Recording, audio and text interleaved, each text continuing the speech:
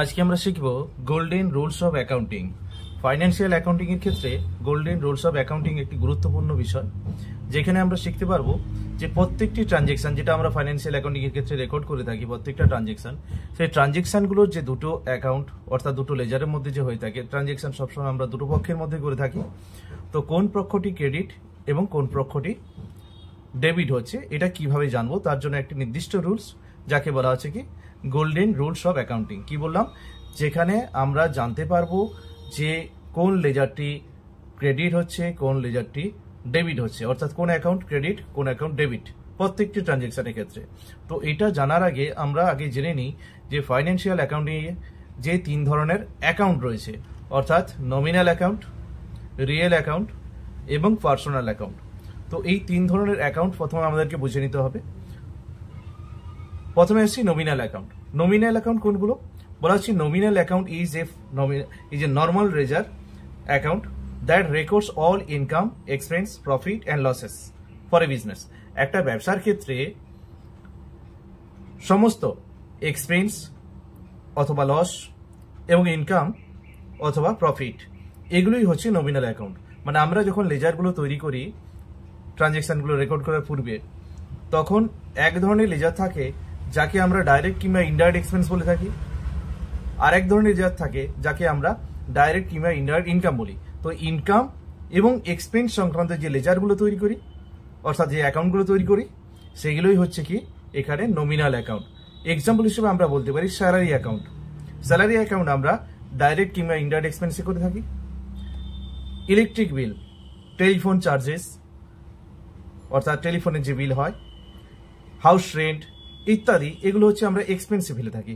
তো এই এক্সপেন্স লেজারগুলো সবই হচ্ছে কি নমিনাল অ্যাকাউন্ট।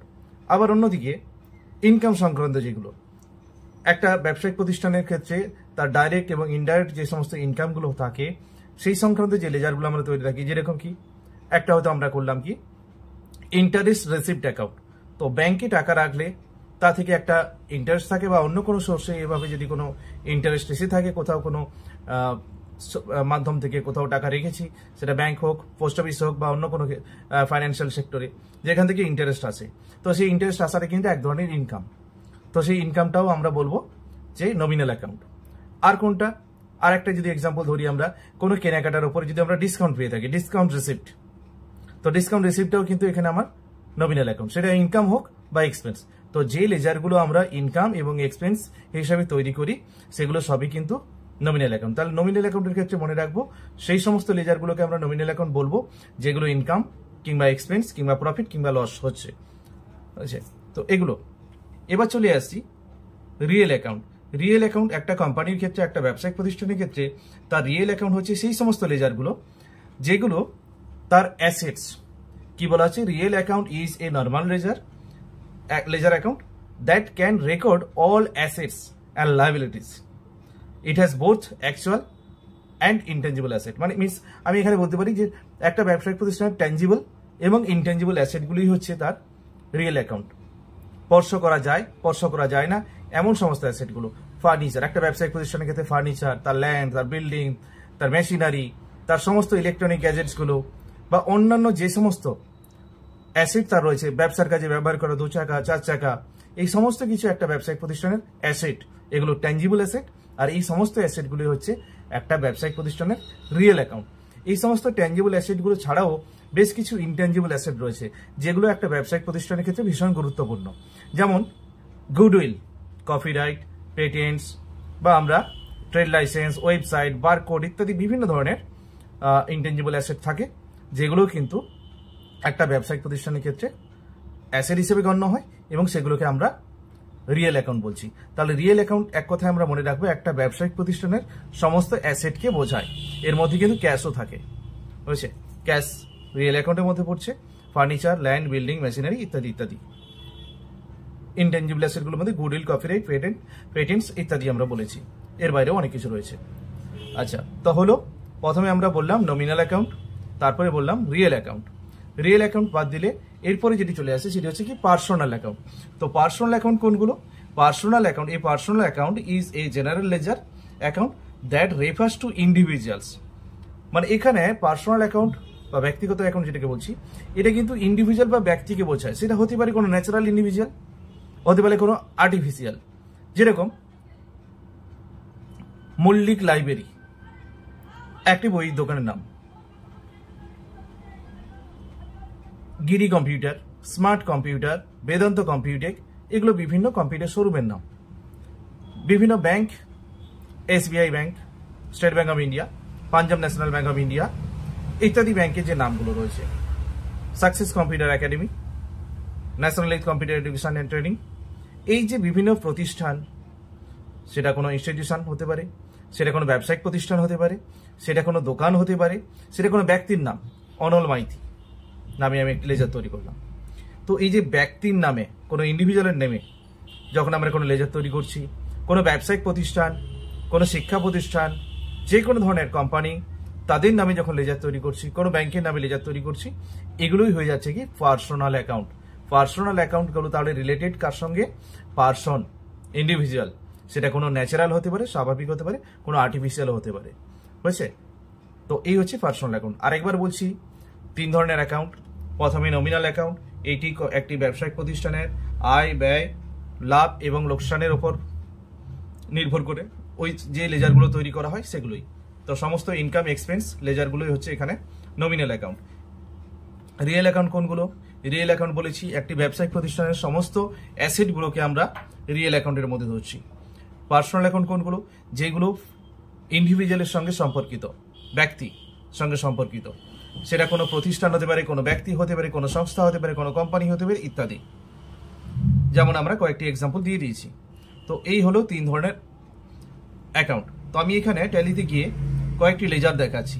যেমন এখানে এবিসিডি কার শোরুম, এটি একটি শোরুমের নাম ধরে নিলাম। তাহলে এটি অবশ্যই একটি ব্যক্তি বা সংস্থার, এটা অবশ্যই ব্যক্তি নয়, কোনো একটি শোরুমের নাম। তো আমরা এটাকে কি বলবো? এটা কোনো অ্যাসেট নয়, এটা কোনো এক্সপেন্স বা ইনকাম নয়। তার মানে এটা কি হলো? এটি একটি পার্সোনাল অ্যাকাউন্ট। পরেরটি এবিসি মারুতি শোরুম, এটাও একটা শোরুমের নাম ধরলাম, তাহলে এটাও হলো কি পার্সোনাল অ্যাকাউন্ট।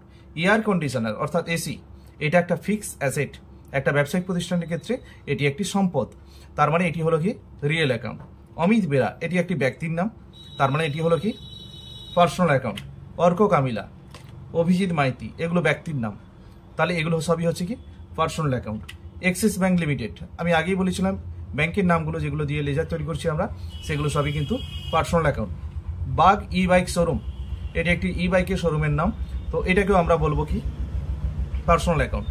বেসিক পে, এটা স্যালারির একটি অংশ, এটি একটি ইনডাইরেক্ট এক্সপেন্স কোম্পানির কাছে, তো এটি অবশ্যই নমিনাল অ্যাকাউন্ট। তো এইভাবে সমস্ত লেজারগুলো যেগুলো আমরা তৈরি করেছি বা তৈরি করব, সেগুলো এই 3 ধরনের অ্যাকাউন্টের মধ্যেই পড়ে: real account, nominal account, personal account. তো এরপর চলে আসি এই 3 ধরনের অ্যাকাউন্টের উপর ভিত্তি করে যে নিয়মটি রয়েছে, যেটাকে বলছি আমরা গোল্ডেন রুলস অফ অ্যাকাউন্টিং। তো এই গোল্ডেন রুলস অফ অ্যাকাউন্টিং কি, এটা একটু জেনে নিই। এই 3 ধরনের অ্যাকাউন্টের উপর ভিত্তি করে রিয়েল অ্যাকাউন্ট, পার্সোনাল অ্যাকাউন্ট এবং নমিনাল অ্যাকাউন্ট। তো কখন ডেবিট হচ্ছে, কখন ক্রেডিট হচ্ছে? রিয়েল অ্যাকাউন্টের ক্ষেত্রে, অর্থাৎ একটা ব্যবসায়িক প্রতিষ্ঠানে যে সমস্ত সম্পদগুলো রয়েছে, সেই সম্পদগুলোর ক্ষেত্রে যে নিয়মটি প্রযোজ্য সেটি হচ্ছে, সম্পদ যদি আসে তাহলে হচ্ছে ডেবিট। আমি কি বলেছি? ডেবিট।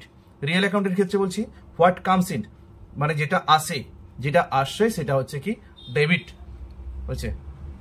হোয়াট গোজ আউট, যেটা চলে যাচ্ছে সেটা হচ্ছে ক্রেডিট। অর্থাৎ আমি 1000 টাকা ক্যাশ দিলাম এবং 4টা চেয়ার কিনলাম, তো 4টা চেয়ার অ্যাসেট একটি ব্যবসায়িক প্রতিষ্ঠানকে। চেয়ারের আসাটা হচ্ছে ডেবিট, ক্যাশের চলে যাওয়াটা হচ্ছে ক্রেডিট। তাহলে ক্যাশ অ্যাকাউন্ট ক্রেডিট হচ্ছে, আর চেয়ার অথবা ফার্নিচার অ্যাকাউন্ট ওটা হয়ে যাচ্ছে ডেবিট।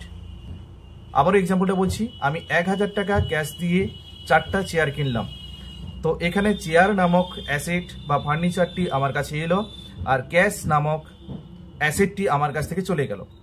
আচ্ছা, ক্যাশের চলে যাওয়াটা অর্থাৎ হোয়াট গোজ আউট, যেটা চলে যাচ্ছে সেটা হচ্ছে ক্রেডিট, অর্থাৎ ক্যাশ অ্যাকাউন্ট ক্রেডিট হচ্ছে। ফার্নিচার অ্যাকাউন্ট, যেখানে 4টি চেয়ার আসছে, সেটা আমার ডেবিট হচ্ছে। ক্লিয়ার? এরপরে চলে আসছি পার্সোনাল অ্যাকাউন্ট। পার্সোনাল অ্যাকাউন্ট যেগুলো বলেছি ন্যাচারাল কিংবা আর্টিফিশিয়াল পার্সন বা ইন্ডিভিজুয়ালের সঙ্গে সম্পর্কিত, যেগুলো কোনো ব্যক্তি, ব্যক্তিবর্গ, সংস্থা, প্রতিষ্ঠান ইত্যাদির নামের সঙ্গে সম্পর্কিত, সেগুলো সবই পার্সোনাল অ্যাকাউন্ট। তো পার্সোনাল অ্যাকাউন্টের ক্ষেত্রে রিসিভার অর্থাৎ যিনি গ্রহণ করছেন, যিনি সুবিধা গ্রহণ করছেন তিনি হচ্ছেন ডেবিট, সেটা হচ্ছে ডেবিট। আর গিভার অর্থাৎ যিনি সুবিধা প্রদান করছেন তিনি হচ্ছেন ক্রেডিট। তো গিভার এবং রিসিভার, আমি যদি বলি যে আমি 1000 টাকা আজকে ক্যাশ SBI অ্যাকাউন্টে জমা দিলাম, তো SBI অ্যাকাউন্ট আমার এই ক্ষেত্রে কিন্তু পার্সোনাল অ্যাকাউন্ট। তো পার্সোনাল অ্যাকাউন্ট এই ক্ষেত্রে সুবিধাটি গ্রহণ করলো, অর্থাৎ SBI অ্যাকাউন্ট হচ্ছে আমার রিসিভার অর্থাৎ ডেবিট। আর ক্যাশ যেহেতু আমার রিয়েল অ্যাকাউন্ট, রিয়েল অ্যাকাউন্টের ক্ষেত্রে বলা হয়েছে যে যেটা চলে যায় সেটা হচ্ছে ক্রেডিট, অর্থাৎ ক্যাশ অ্যাকাউন্ট আমার ক্রেডিট হচ্ছে। ₹1000 is deposited in SBI account, এই ট্রানজ্যাকশনটির ক্ষেত্রে 1000 টাকা ক্যাশ SBI অ্যাকাউন্টে জমা পড়ছে, SBI অ্যাকাউন্ট হচ্ছে আমার পার্সোনাল অ্যাকাউন্ট এবং টাকা রিসিভ করছে, তাই সেটা ডেবিট হচ্ছে।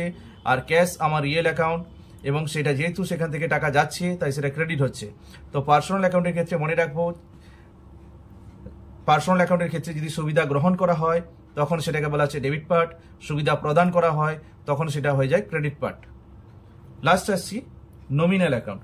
নমিনাল অ্যাকাউন্টের ক্ষেত্রে কি, নমিনাল অ্যাকাউন্টের ক্ষেত্রে বলেছি এই দুটোর ক্ষেত্রে রিয়েল অ্যাকাউন্ট এবং পার্সোনাল অ্যাকাউন্টের ঠিক উল্টোটা। রিয়েল অ্যাকাউন্টের ক্ষেত্রে বলা হচ্ছে সমস্ত এক্সপেন্স এবং লসগুলোই হচ্ছে ডেবিট।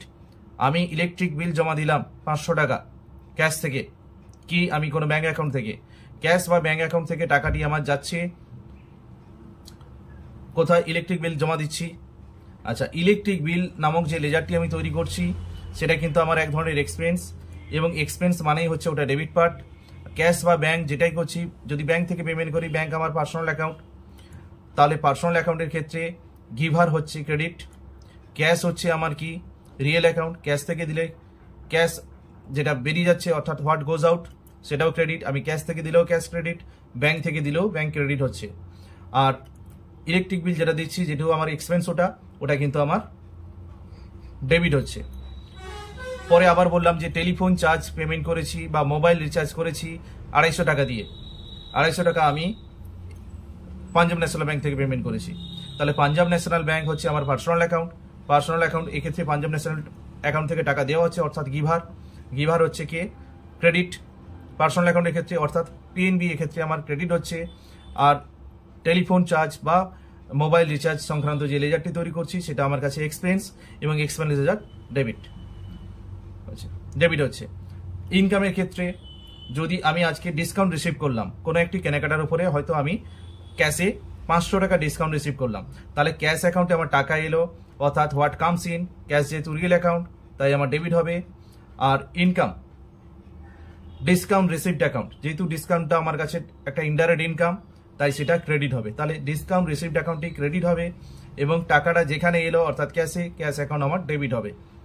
এইভাবে এই গোল্ডেন রুলসের সাহায্যে আমরা যে কোনো ট্রানজ্যাকশনের ক্ষেত্রে ক্রেডিট ডেবিট সহজেই নির্ণয় করতে পারবো। ওকে।